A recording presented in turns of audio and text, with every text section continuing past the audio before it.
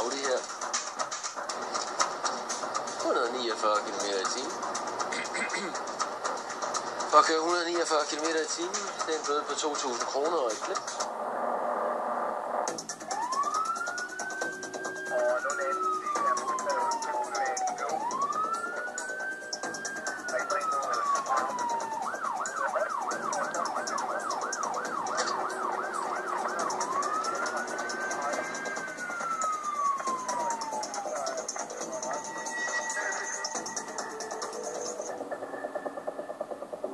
Bilisten i den hurtige Audi får langt om længe øje på Henrik.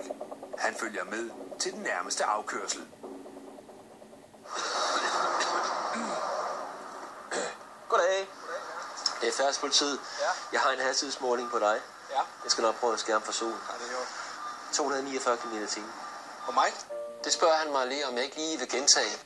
Og det har jeg udsat sig for før, folk de spørger, om jeg ikke lige kan gentage det. Så jeg gentager 249 km/t.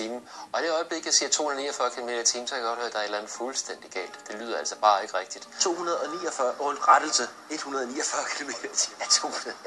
Nej, så... Nej, det må du undskylde. Det var altså 149 km/t.